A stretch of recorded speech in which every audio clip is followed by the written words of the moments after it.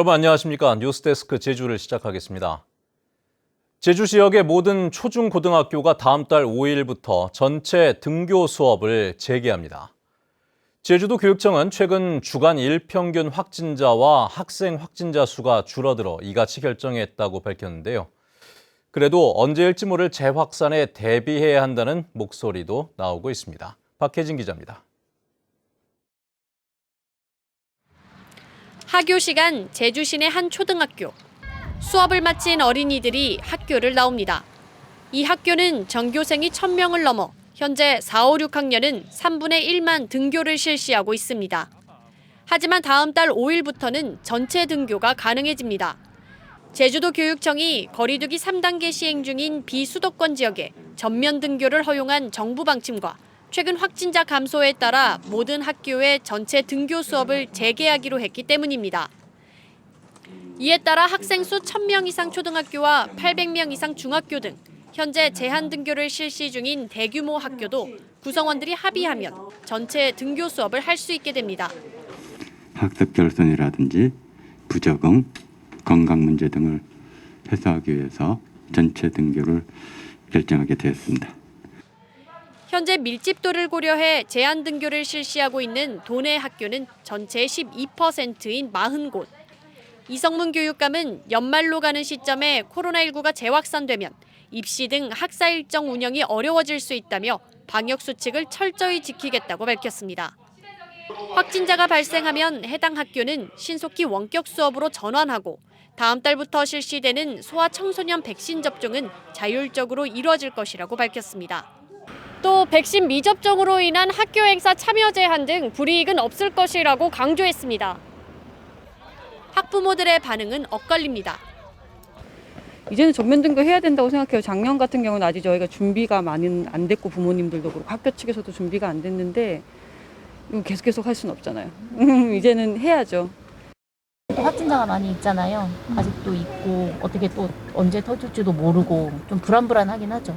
아직은 좀 이른 것 같아요. 아직은 좀 아닌 것 같다는 생각이 듭니다. 50여일 만에 재개되는 일선 학교 전체 등교. 하지만 언제 다시 확진자가 폭증할지 모르는 만큼 재유행에 대응할 만한 교육당국의 능력을 갖추는 게 중요한 과제로 떠오르고 있습니다. MBC 뉴스 박혜진입니다. 코로나19 방역을 위해 폐쇄됐던 제주시 탑동광장이 다시 개방됩니다. 제주시는 탑동광장과 테마거리 1.38km 구간에 대한 시설 폐쇄 행정명령을 해제 고시해 10월 5일 오후 6시부터 다시 개방하기로 했다고 밝혔습니다. 제주시는 최근 거리두기 단계 완화와 계절적 요인에 따른 야외 음주와 취식 행위가 줄어들 것으로 예상돼 이같이 결정하고 10월 한 달 동안 인력을 배치해 계도 활동을 벌이기로 했습니다. 제주에서는 오늘 하루 코로나19 확진자 9명이 추가 발생해 누적 확진자 수는 2,884명으로 늘었습니다. 신규 확진자 9명 가운데 6명은 도내 확진자의 접촉자이고 1명은 다른 지역 입도객이며 나머지 2명은 감염 경로를 조사 중입니다. 한편 제주도는 서귀포 중앙초등학교 4학년 학생 1명이 확진 판정을 받아 학생과 교직원들을 검사 중이며 검사 결과는 내일 나올 것이라고 밝혔습니다. 최근 대한항공 자회사인 칼호텔 네트워크가 제주 칼호텔 부지와 건물을 매각하기 위해 부동산 자산운용사와 업무 협약을 체결했는데요. 호텔 직원과 제주 지역의 시민사회단체들은 직원 380여 명에 대한 고용 보장 없이 매각이 추진되고 있다며 규탄하고 나섰습니다. 박주영 기자입니다. 제주 칼호텔 연회장 식음료팀에서 일하고 있는 강모 씨. 내 식구의 생계를 책임지고 있는 가장인 강 씨는 14년 넘게 일해온 직장을 잃게 될까 요즘 밤잠을 이루지 못합니다. 지난 1일 칼호텔 네트워크가 부동산 자산 운용사와 제주 칼호텔 매각에 따른 우선 협상자 선정 업무 협약을 맺었다는 소식을 들었기 때문입니다. 지금 솔직히 월급으로도 좀 많이 힘들게 살고 있는데 이것마저도 이제 없어버리면 아무래도 크게 이제 힘들어질 것 같아서 호텔 구하기도 어렵고. 강 씨처럼 생계 위기에 직면한 제주 카로텔 직원은 380여 명. 직원과 제주 지역 시민사회단체들은 코로나19로 어려운 시기에 경영상을 이유로 고용도 보장되지 않는 부동산 자산 운용사에 호텔을 매각하려 한다고 규탄했습니다. 이들은 노동자들의 생존권을 박탈하는 고용 없는 호텔 매각 계획을 철회하고 매각을 추진할 경우 한진그룹에 대한 불매운동도 벌이겠다고 밝혔습니다. 한진칼은 무책임한 제주 카로텔 매각 계획을 즉각 철회하기 바랍니다. 또한 제주도민의 생존권 사수를 위해 도의회가 나설 것을 촉구합니다. 이와 관련해 한진 측은 6년째 적자로 카로텔을 매각할 수밖에 없다며 직원 20-30명 정도를 서귀포 카로텔로 재취업을 시키는 등 고용 보장을 위해 노력하겠다고 밝혔습니다. 하지만 한진그룹은 서귀포 파라다이스 호텔도 매물로 내놓고 장기적으로 호텔 사업에서 철수할 거란 얘기까지 나오며 올해 안에 제주 카로텔 매각을 위한 계약을 체결할 전망인 가운데 적지 않은 진통이 예상됩니다. MBC 뉴스 박주연입니다. 제주 녹지국제병원 인수를 추진하는 주체는 우리들 메디컬 케어인 것으로 확인됐습니다.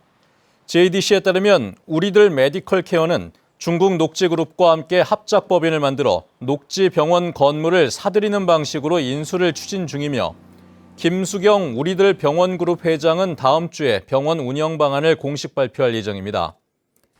한편 우리들 병원그룹은 지난 2012년 김수경 그룹 회장과 이상호 우리들 병원 회장의 이혼으로 분할됐는데 우리들 병원은 녹지국제병원 인수와는 무관하다고 해명했습니다.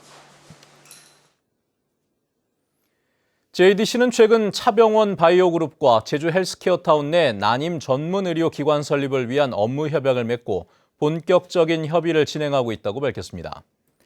차병원 바이오그룹은 1986년 국내 최초로 시험관 아기 출산에 성공했고 2002년에는 세계 최초로 난자 은행을 설립해 난임 분야에서 세계적으로 기여하고 있다는 평가를 받고 있습니다.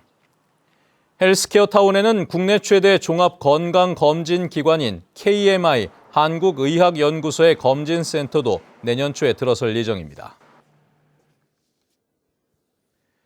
과거 음주운전으로 처벌을 받고도 또다시 만취 상태로 차량을 몰다 교통사고를 낸 현직 경찰관이 해임됐습니다.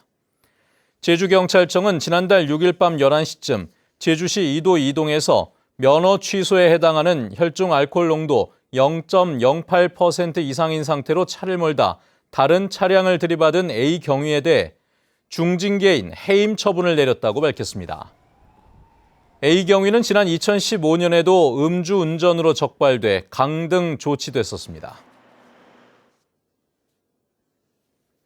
제주지방법원 제2형사부는 길에서 처음 만난 사람과 술을 마시다 말다툼을 하게 되자 무참히 살해한 뒤 시신을 훼손한 혐의로 구속 기소된 32살 A씨에게 징역 25년을 선고했습니다. A씨는 지난 3월 서귀포시에 있는 피해자 B씨의 집에서 술을 마시다 말다툼이 벌어지자 흉기와 둔기로 B씨를 살해한 뒤 시신을 훼손하고 시신에 쌀과 소금을 뿌린 혐의로 재판에 넘겨졌습니다. 제주 MBC가 보도한 농협 직원의 수십억 원 셀프 대출과 관련해 검찰이 해당 직원에게 징역 10년을 구형했습니다. 제주지방법원에서 열린 농협은행 직원 40살 A씨에 대한 결심 공판에서 검찰은 금융기관의 신뢰도 문제로 이어질 수 있어 엄히 처벌해야 한다며 피고에게 징역 10년을 선고해달라고 재판부에 요구했습니다. A씨는 서귀포 시내 농협 지점에서 대출 업무를 맡던 2019년 10월부터 지난 3월까지 친인척 명의를 도용해 7차례에 걸쳐 27억 5천만 원을 불법 대출받아 주식과 암호화폐 등에 투자한 혐의로 기소됐으며 선고 공판은 다음 달 28일에 열립니다. 뉴스데스크 제주였습니다. 여러분 고맙습니다.